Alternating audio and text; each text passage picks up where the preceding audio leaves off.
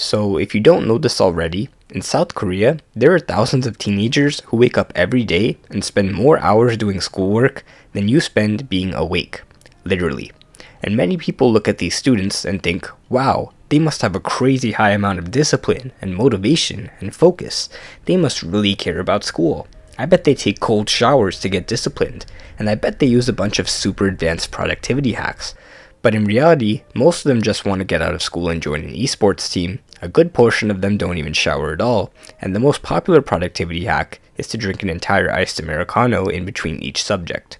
So how do they do it? What's their hidden secret to being so productive all the time? It's actually very easy, and I was about to spend weeks reading these productivity books to find the answer, but luckily, thanks to Shortform, I was able to read all of them in just a few hours. That's because Shortform gives you full guides to pretty much any book you could ever want, including the most popular books in genres like money and finance, productivity, and business. For example, I read the guide to Ali Abdaal's Feel Good Productivity, and Shortform even gave me exercises to actually apply the information at the end. And here's 3 things I learned. Instead of always forcing yourself to work, find a way to enjoy it.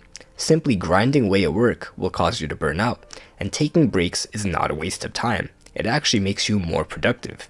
And that's why I only upload once a month.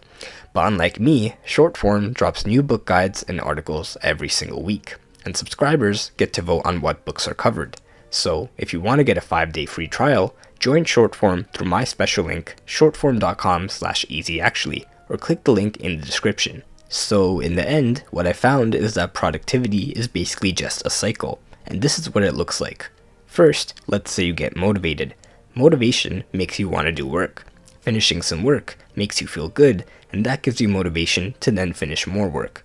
Around and around it goes. The more motivated you are, the more work you do. And the more work you do, the more motivation you get. So every time you think of productivity, just think of this cycle. Because even though it simplifies a lot of stuff, it's easy to remember just this image whenever you wake up and don't feel like doing anything. And it explains pretty much everything. For example, how can you spend 3 weeks not writing an essay, but somehow, 30 minutes before it's due, you turn into prime Shakespeare?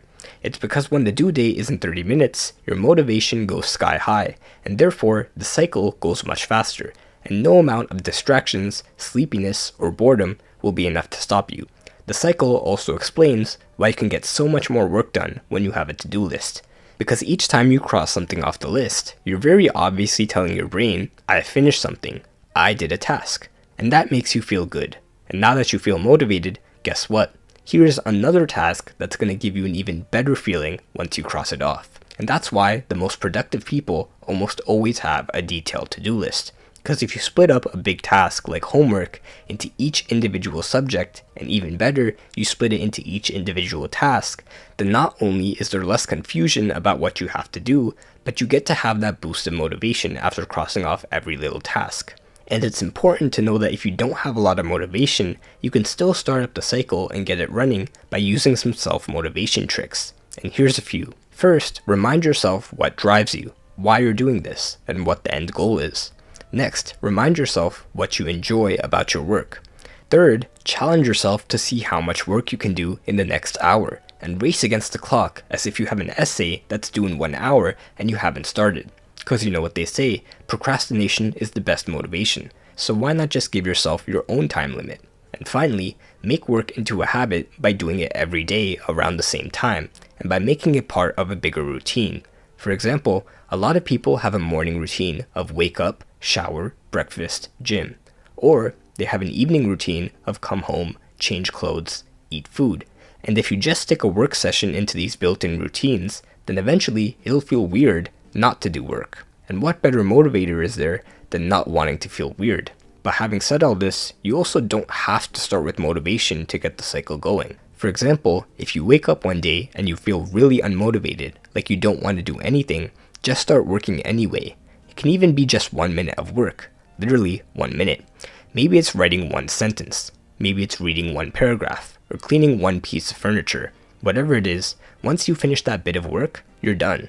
And you can go back to lying in bed and doing nothing. But chances are, you probably won't want to go back to doing nothing, because finishing that 1 task will almost always give you enough motivation to do the next task. And that motivates you more, and before you know it, the cycle is running at full speed.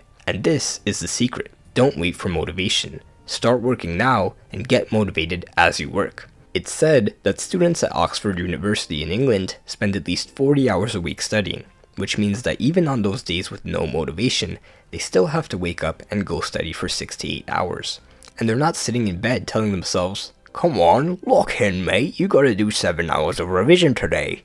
Because that's a huge task they don't have the motivation for. Instead, what they actually do is wake up and think, "Yo, alright, mate, I reckon I'll have a crack at a bit of work right now, innit?" And 12 hours later, somehow, they finish 2 textbooks, written 4 essays, and colonized 78 countries. Because getting stuff done is what motivates you when nothing else will. But of course, the cycle can't go on forever.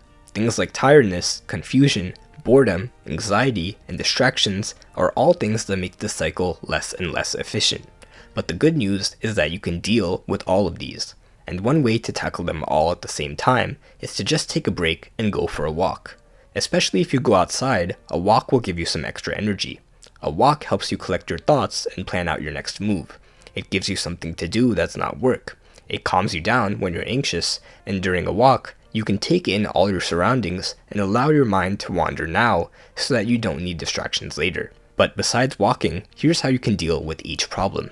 Tiredness, ideally sleep, but a nice Americano will do. Confusion, have a to-do list, or at least come up with a plan of what you're going to do and how you're going to do it.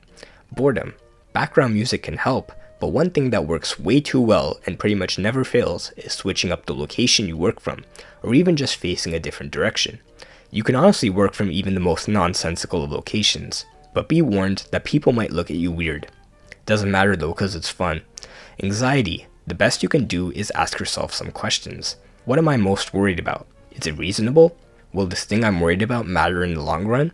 And what can I control? For example, if you have a biology test coming up, you might feel too anxious to study. Why? Because you're worried you might fail anyway. Is this reasonable? No, because studying always helps. Will this matter in the long run? No, because the 2 hours you spend studying now is not that much time in the grand scheme of things. And what can you control? Obviously, you can study. And even if you do fail, you can always just draw over your grade and change it to an A. And lastly, distractions. According to many books, distractions are the enemy to deep, productive work, and they also stop you from reaching a state of flow. And the best way to stop this is to simply take your phone, put it on silent, and put it in another room, or just hide it somewhere. This is way better than just turning off your notifications, and I personally don't even miss anything, because no one calls me in the first place. Anyway, I'm collecting donations in the form of subscribes to fund the next video.